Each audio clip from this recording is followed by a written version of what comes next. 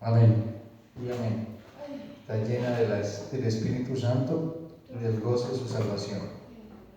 Aquí estamos, dándole gracias al Señor por todas las bendiciones recibidas. Hay alegría en nuestro corazón de ver cómo Dios cuida de nosotros, como escuchamos el Salmo ahora, que Dios conoce nuestro sentar y nuestro levantar, que conoce nuestros pensamientos antes de que los pensemos. Eso tiene que dar seguridad y confianza que tenemos un Dios todopoderoso, que gobierna sobre toda la creación y que es digno de ser alabado, de confiar en Él, aún en los momentos más difíciles. Como decía el rey David, aunque ande en valle de sombras y muerte, no temeré, porque tú estarás conmigo. Cuando leíamos en el Salmo, decía que las tinieblas, aún las tinieblas y la luz son iguales delante de Dios. Las tinieblas resplandece la luz del Señor. Entonces tiene que haber una seguridad y confianza en eso. O sea, tiene que darle un motivo más para adorar el nombre del Señor. Estamos estudiando Génesis de una manera sistemática y expositiva. Hemos venido de Génesis capítulo 1, versículo 1. En este momento llegamos en Génesis capítulo 2. Y vamos a ver, ya vimos cómo fue creada la tierra, la incidencia de la creación dentro del plan y los pactos de Dios. Vemos que Dios debe crear, o sea, Dios creó la tierra para establecer un pacto con su creación. Se llama el pacto de las obras que hizo con Adán, y aquí estamos.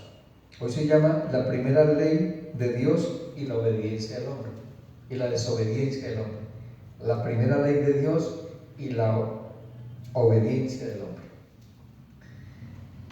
La historia bíblica es el registro de un Dios quien actúa como dueño, quien asume los derechos absolutos sobre el mundo y las naciones y los individuos, quien tiene un propósito y un plan para el mundo y que no será frustrado. Lo que Dios estableció antes de la fundación de los siglos se cumplirá, a pesar de nosotros, a pesar del enemigo, a pesar de quien se oponga. Por alguien me decía hoy, pastor, pero es que Dios nos dio libre albedrío. Y le claro, el libre albedrío nunca será más grande que la soberanía de Dios. Somos responsables de ese libre albedrío y todos rendiremos cuentas delante de Dios por ese libre albedrío. Ahora vamos a Isaías 46, 9, 10. Isaías 46, 9, 10.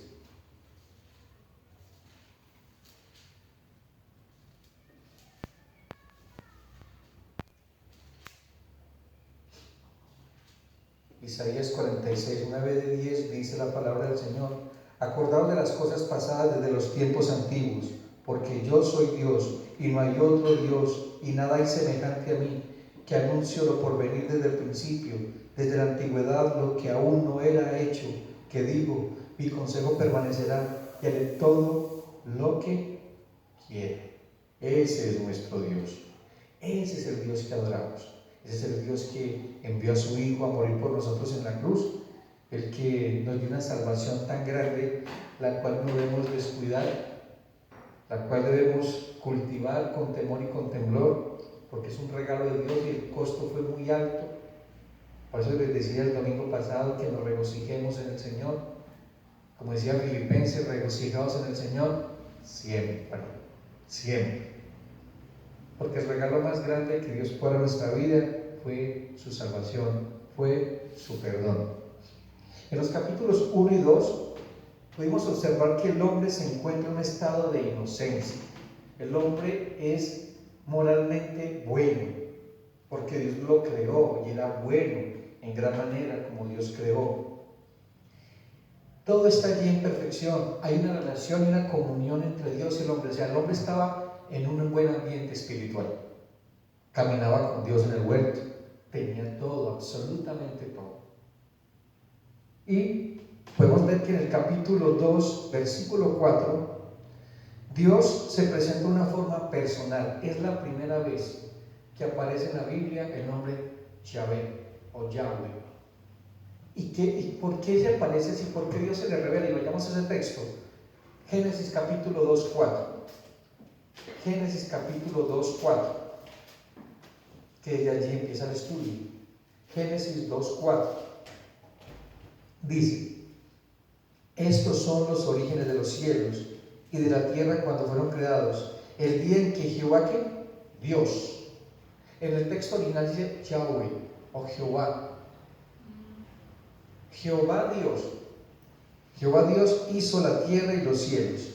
Es la primera vez que aparece este nombre de Dios así en esa magnitud. ¿Qué está pasando allí? ¿Por qué Dios se revela de esa manera? Dios siempre se está revelando claramente en su palabra con todos sus atributos, en momentos especiales. Hemos venido estudiando esa parte. Que Dios se revela de una manera especial, con atributos especiales. No es que Dios tenga muchos nombres, sino que se revela de acuerdo a su atributo. Y aquí está hablando de Jehová. Yo soy el que soy. Es un Dios de pacto. Aquí empieza a establecer de que es un Dios de pacto y que cumple sus promesas y que no puede negarse a sí mismo. Que Él dijo y fue hecho. Como leímos ahora en Isaías, yo dije y fue hecho. Desde la antigüedad yo ya establecí y se cumplirá porque es un pacto. El Antiguo Testamento y toda la Biblia se mueve a través de dos pactos: el pacto de obras y el pacto de gracia. Esos son los dos pactos generales, los pactos principales. Hay pactos que Dios hizo también con hombres específicos, con promesas específicas, pero son los pactos generales, el pacto de obras y el pacto de gracia. Entonces dice que allí se revela el nombre de Dios como un Dios de Israel que establece pacto eterno. ¿Dónde encontramos de nuevo ese Jehová Dios? Después de esto, Éxodo capítulo 6. Vayamos a Éxodo capítulo 6.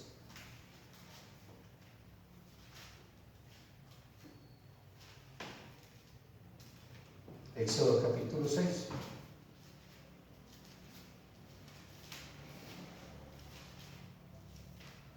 Versículo, miremos desde el 1 hasta el 3. Éxodo 6, del 1 al 3. Ahorita creo que me llevo con ese texto. Éxodo 6, del 1 al 3. Jehová respondió a Moisés: ahora verás lo que yo haré a Faraón, porque con mano fuerte los dejaré ir y con mano fuerte los echaré de su tierra. Habló todavía Dios a Moisés y le dijo: yo soy Jehová. ¿Hasta dónde? Sí, el 3.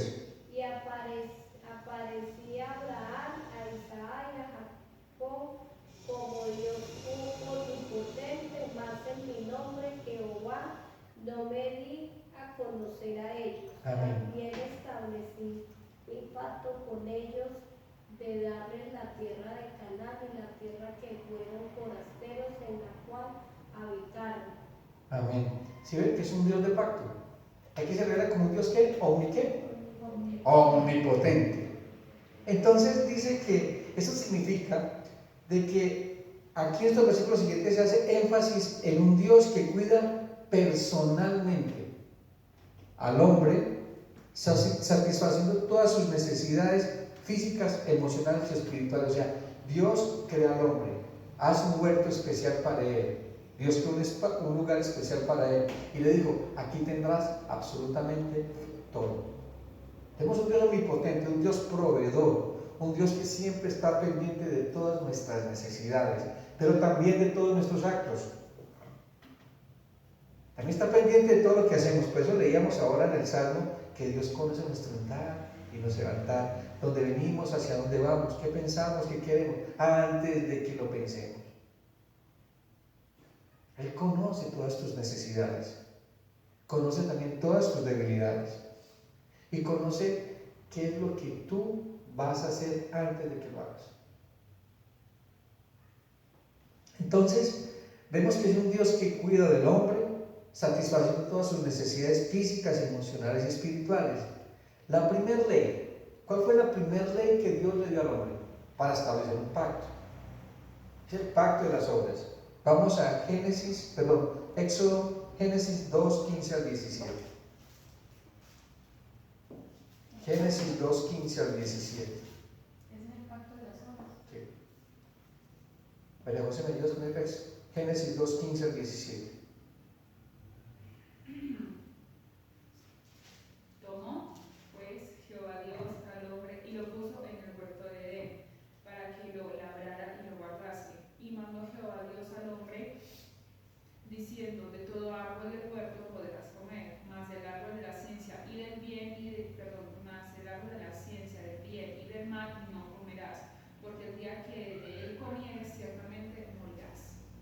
escuchó eso. Adán fue una criatura perfecta, que nunca había pecado, ¿cierto que no? Pero que tenía la capacidad de pecar, ¿sí o no? Claro que sí. Nunca había pecado, pero tenía la capacidad de pecar. Tenía la capacidad de pecar. Dios estableció, y le dijo, oiga, de todos los árboles del huerto puedes comer, menos de uno, del árbol del conocimiento del bien y el mal. Adán tenía libertad perfecta para escoger,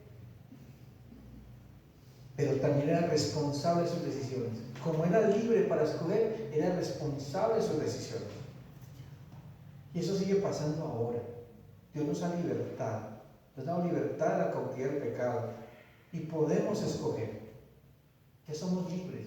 Ya el pecado no se puede enseñorear de ti, porque no tiene autoridad sobre tu vida. Ya esa raíz fue arrancada de tu corazón. Hay libertad para obedecer al Señor. Ya podemos hacerlo libremente.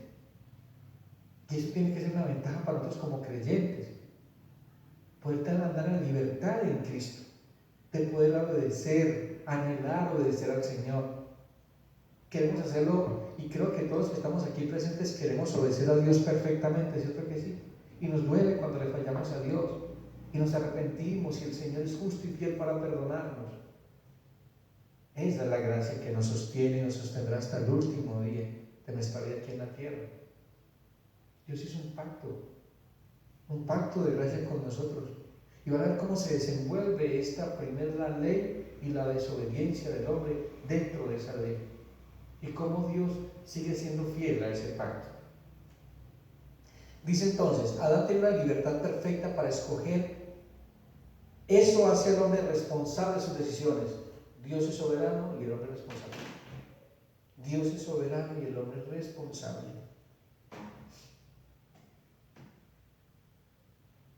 La responsabilidad del hombre no le quita, escuche esto, a pesar de que el hombre tiene libre albedrío, no le quita la soberanía a Dios. Dios sigue gobernando y el plan de Dios se cumple.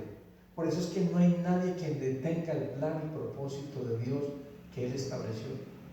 Porque Dios opera dentro de la providencia y los actos y las decisiones del hombre para que se cumpla su voluntad. ¿Se acuerdan de José? Los hermanos quisieron matarlo. José tuvo un sueño y todo lo que ellos hicieron para mal, Dios los caminó ¿para qué? Para bien, porque se cumplió el propósito que tenía Dios con José. Entonces mire que vemos la soberanía de Dios dentro de sus planes perfectos. Así que hermanos, todo lo que esté pasando en su vida, como amamos al Señor, ¿qué pasará? ¿Obrará para quién? Para nuestro bien. Todo, absolutamente todo. Hasta los momentos más difíciles que podamos a veces decir, no puedo entender lo que está pasando, pero una cosa sí estoy claro, de que Dios gobierna, de que Dios sigue siendo Dios. A pesar de las circunstancias, Dios sigue siendo Dios. En el versículo 9 se nos dice que habían dos árboles en medio del jardín. Se los presenta en forma misteriosa, sin explicar su naturaleza. Solo se dice que una vez el árbol de la vida y el otro el árbol de la ciencia del bien y el mal. Habían dos árboles. El árbol de la ciencia del bien y del mal sin duda fue puesto ¿por quién? ¿Quién lo puso? ¿Y para qué lo puso? Para probarlos. Dios siempre establece unos límites, porque Él es soberano y gobierna. Él es el creador y gobierna sobre su creación. Pero el amor siempre tiene que tener una prueba. Nuestra fe tiene que ser probada. Y era lícito esa prueba de parte de Dios, era lícito. Y lo mejor de todo es que el hombre tenía todas las capacidades para obedecer, pero también tenía toda la capacidad ¿para qué? Para desobedecer. Eso tiene que darnos entendimiento a nosotros para ver quién es Dios. Porque la gente dice, pero ¿cómo Dios sabiendo que iba a pecar? ¿Por qué? No, Dios le dijo, aquí está, escoja. Eso es lo que nos permite Dios. Eso es lo que podemos hacer nosotros. Dios nos da esa capacidad de decidir como creyentes. Él dice, yo pongo la vida y la muerte delante de ti, la maldición o la bendición. Elige hoy y te aconsejo que escojas hoy la vida, el bien. Es una decisión de nosotros, créanme hermanos. Podemos decidir por vivir de acuerdo a la voluntad de Dios. Podemos decidir como hijos del reino. Podemos, porque nuestra libertad ya ha sido libertad. Ya nuestra cautividad, esa esclavitud al pecado ya no está en nosotros.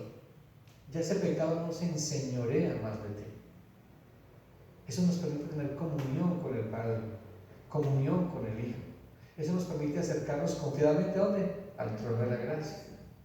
Eso nos permite eso. Entonces el árbol de la ciencia del bien y del mal sin duda fue puesto por Dios allí para probar a través de la obediencia el amor que Adán tenía a Dios. En Juan 14:21, les leo para que no busquen, el que tiene mis mandamientos y los guarda, ese es el que me ama. Y el que me ama será amado por mi Padre, y yo le amaré y me manifestaré a él. ¿Escucharon eso? Dios se manifiesta a través de Jesucristo con aquellos que realmente le aman. Con aquellos que realmente le aman con un corazón dispuesto, total y absolutamente rendido a sus pies, como cantamos ahora. Aquí estoy, rendido a tus pies, Señor. ¿Te obedeceré en dónde? En mi corazón. Porque podemos obedecer a Dios con nuestros labios. Podemos obedecer a Dios, decir, es que Señor, yo te quiero obedecer en todo. Pero en el corazón sabemos que no lo vamos a hacer. Por eso Señor dice, este pueblo de labios me honra, pero su corazón está lejos de mí. Y realmente tenemos que estar conscientes de lo que es la obediencia. La obediencia es el amor a Dios. La obediencia tiene que estar fundamentada en amor, o si no, no sería una obediencia perfecta. Esa obediencia cuando es selectiva, cuando es condicionada, yo obedezco porque Dios me va a dar, eso no es una obediencia que agrada a Dios. O una obediencia interesada, o una obediencia por miedo, tampoco es una obediencia que le agrada al Señor. Mire, entonces la pregunta es, ¿cómo tú estás obedeciendo a la palabra de Dios? ¿Estás obedeciendo de una manera correcta o incorrecta? Porque puedes obedecer a Dios, lo puedes hacer externamente, pero internamente no es así. Y Dios no mira lo que mira ¿qué? Los hombres. Dios mira el corazón. Dios mira el corazón. Por eso cuando leías el Salmo ahora que decía el rey David, Señor, examíname, oh Dios, mis pensamientos y líbrame de los pecados que me son ¿qué? Ocultos. Examíname, Dios. Examina si hay iniquidad en mi corazón, porque somos tendientes a esconder nuestros pecados. ¿A esconderlos dónde? En nuestra justicia. Siempre estamos justificando nuestras acciones con las acciones de los demás, que eso fue lo que más adelante hizo Adán. Cuando Dios lo busca por el pecado, ¿qué dice Adán? Dice, Dios, usted me engañó. Esa mujer que usted me dio no me sirvió. Ella fue la culpable del pecado. ¿La mujer a quién le echó la culpa? A la serpiente. Y la serpiente no tenía que echar la culpa a nadie porque no había quien. Si habría también echado la culpa a alguien. Siempre estamos echando la culpa a alguien, no asumimos la responsabilidad de nuestros actos. Esa fue la diferencia que tuvo el rey David con Saúl. Saúl cuando peca, que desobedece a Dios y lo obedece de una manera selectiva, porque así fue que obedeció de una manera selectiva, lo obedeció en lo que le convenía,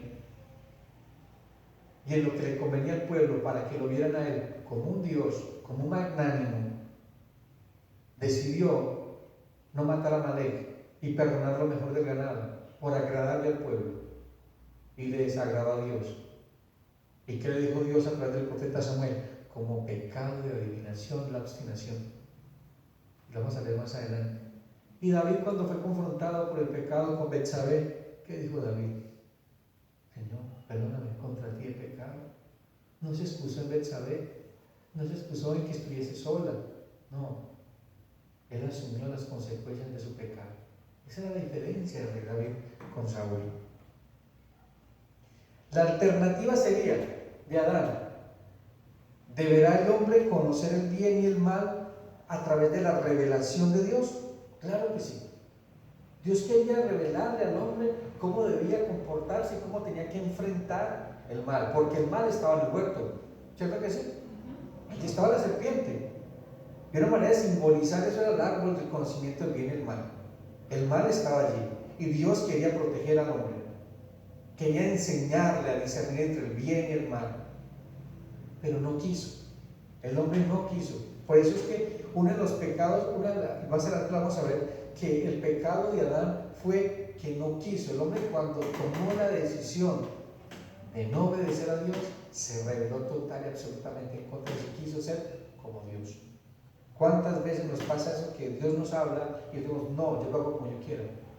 No está haciendo como Dios.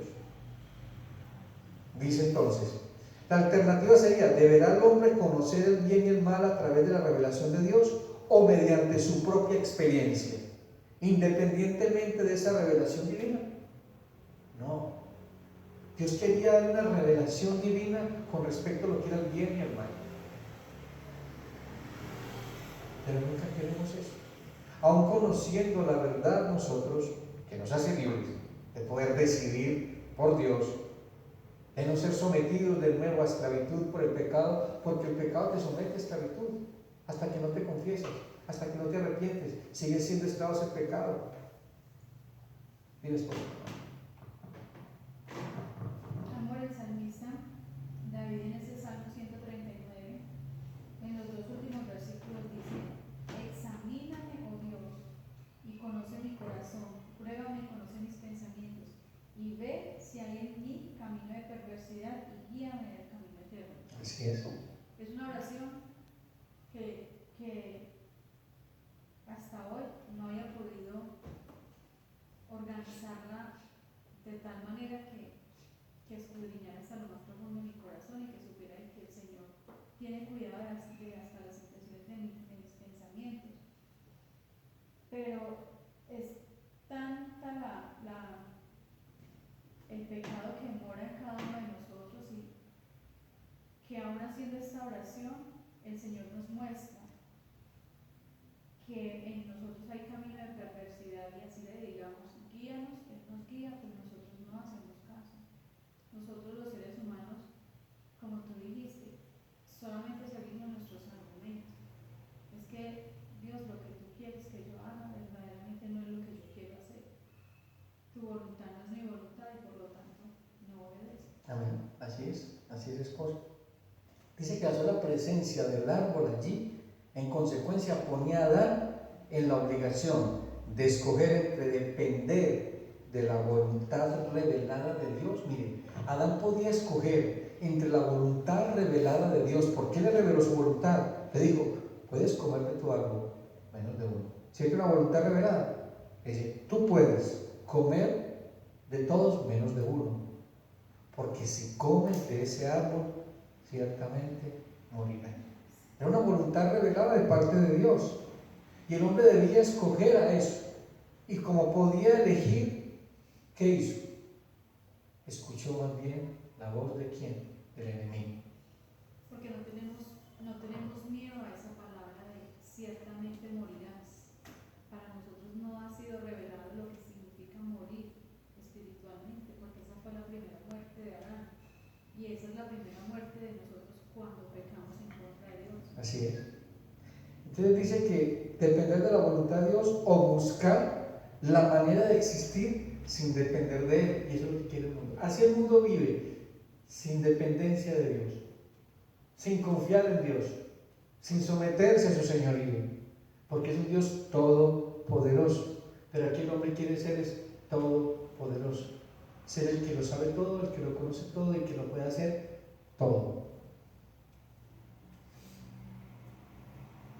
Dios siempre ha querido que sus criaturas le amen y le obedezcan por su libre voluntad, y no debido a su coacción ni a la recompensa, lo que hablamos ahora, una obediencia perfecta en Cristo Jesús, basada en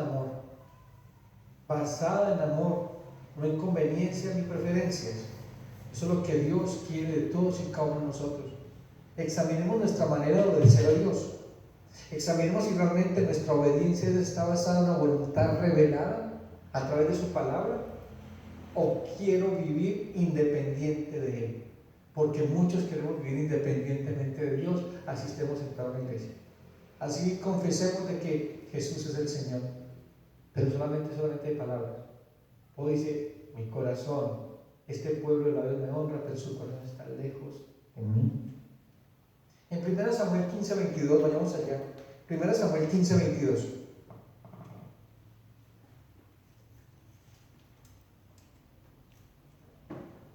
Primera de Samuel 15:22. Y Samuel dijo: se complace tanto en los holocaustos y víctimas como en que se obedezca a las palabras de Jehová. Primera de Samuel 15:22. Y Samuel dijo: se complace Jehová tanto en los holocaustos y víctimas como en que se obedezca a las palabras de Jehová. Ciertamente el obedecer es mejor que los sacrificios, y el prestar atención a la grosura de los carneros. Mire, el hombre o la mujer, cuando Dios habla y presta atención y sabe que Dios ha hablado y que cuando habló su voluntad revelada es buena, agradable y perfecta, obedece. Cuando su mente ha sido renovada, cuando su mente ha sido transformada por la revelación de la palabra de Dios, cuando ese corazón o esa mente o ese ser humano o ese creyente, ese hombre, esa mujer que ha confesado a Jesús como Señor y Salvador, no se ha moldado al mundo, sino que vive en el reino, bajo los principios del reino de Dios, que es la revelación total y absolutamente de su palabra en Cristo Jesús. Eso tiene que ser una dependencia total de nosotros de Dios, pero queremos vivir independientemente de Dios. Solamente depender de Él cuando tengo un conflicto, cuando tengo una necesidad. Ahí sí quiero depender de Él. Ay, Señor, ayúdenme. Pero antes no. Antes tomamos las decisiones sin consultar a Dios, y aún conociendo la voluntad revelada de Dios, hacemos lo contrario. ¿Cuántas veces nos ha pasado? Muchas veces. ¿Consecuencias? Claro que sí. Pero Dios es tan bueno que nos ayuda a librar esas consecuencias, a restaurar. Porque como dice el texto, Jesucristo vino a deshacer ¿qué? Las obras del diablo. Esta prueba era perfectamente justa y equitativa. Adán y Eva disfrutaban de la libertad y de abundante provisión en el jardín, y ni siquiera necesitaban del fruto del árbol de la ciencia del mal. Mire que no necesitaban. ¿Por qué no necesitaban? Porque es que tenían a Dios. Mire tan tremendo esto. No necesitaban el árbol del conocimiento del bien y mal porque tenían a Dios, pero no querían depender de Dios. Mire fuerte esto. Decimos que creemos en Dios, pero no confiamos en Dios. Y el que no confía en Dios nunca dependerá de Dios. Y el que no confía en Dios realmente nunca creerá en Dios. Porque como siempre nos hemos dicho, el que cree confía, y el que confía obedece. Pero tiene que ser una regla en nuestra vida, la dependencia total a Dios en todas las áreas de nuestra vida, en todos los momentos de nuestra vida, en todas las circunstancias de nuestra vida, porque cuando tomamos la decisión de vivir independientemente de Dios, pagaremos un precio, habrá unas consecuencias. Habrá unas consecuencias. Mandó Jehová Dios el primer encargo solemne, recibió un mandamiento positivo. ¿El mandamiento era negativo o positivo? Positivo. Era un mandamiento de amor, era un mandamiento de cuidado, de protección, que Dios le estaba estableciendo al hombre. Estaba estableciendo límites. Estaba estableciendo límites como una señal de autoridad única. Dios está mostrando, es que la autoridad aquí en el huerto soy yo. Tienes dominio, tienes libertad, pero depende total y totalmente de la libertad que tú te das. Dios le da libertad, hombre, para que le amen. Pero esa libertad también se puede convertir en desobediencia cuando queremos vivir independientemente de Él. Cuando Adán y Eva fueron creados, tenían una relación moral con Dios, su creador. Le debían obediencia, escuchen esto, ellos le debían obediencia sin ningún derecho a reclamar una recompensa o bendición por dicha obediencia. ¿Cuántas veces creo que viene a Dios y dice, lo voy a obedecer a Dios y Él me tiene que bendecir? ¿Qué es lo que dice la prosperidad? Si tú lo obedeces a Dios, Dios te va a bendecir. Si tú le traes dinero, Dios te va a dar. Si tú haces esto, Dios hará esto. ¿Cómo así? ¿será entonces Dios? ¿Yo puedo manipular a Dios? ¿Yo puedo influenciar a Dios? ¿Yo puedo torcer los designios y planes de Dios? Imposible. Imposible. Dios dice en su palabra que Él nos ha bendecido en Cristo Jesús. No en mis obras, sino en la obra redentora de Cristo en la cruz. Pero es que somos salvos por gracia, no por obras, para que nadie se gloríe. Ninguno de nosotros puede influenciar a Dios o impresionar a Dios. Dios ya fue impresionado y fue influenciado total absolutamente por el sacrificio perfecto del Señor Jesucristo en la cruz. Ese es el pacto de la sangre que Dios hizo, el pacto de gracia que Dios hizo con Jesús. Y todos entramos en pacto del Señor Jesucristo. Por eso cuando participamos de la cena del Señor, ¿qué dice la palabra? Dice, este es mi sangre, cuando toma el vino, que es señal de un nuevo pacto. Es señal de un nuevo pacto. En su amor, misericordia y gracia, sin embargo, Dios voluntariamente entró en una alianza con sus criaturas para agregar unas promesas de bendición a su ley. Le dijo, si ustedes me obedecen, no morirán, pero si me desobedecen, morirán. Ciertamente no, quizás, tal vez, a lo mejor no, ciertamente morirás. Solamente este texto dice ciertamente, o sea, es de verdad, no es de mentiras. Y cuando Dios habla, habla, porque no es hijo de hombre para mentir, no es hombre para arrepentirse, ni hijo de hombre para mentir. Ese es nuestro Dios.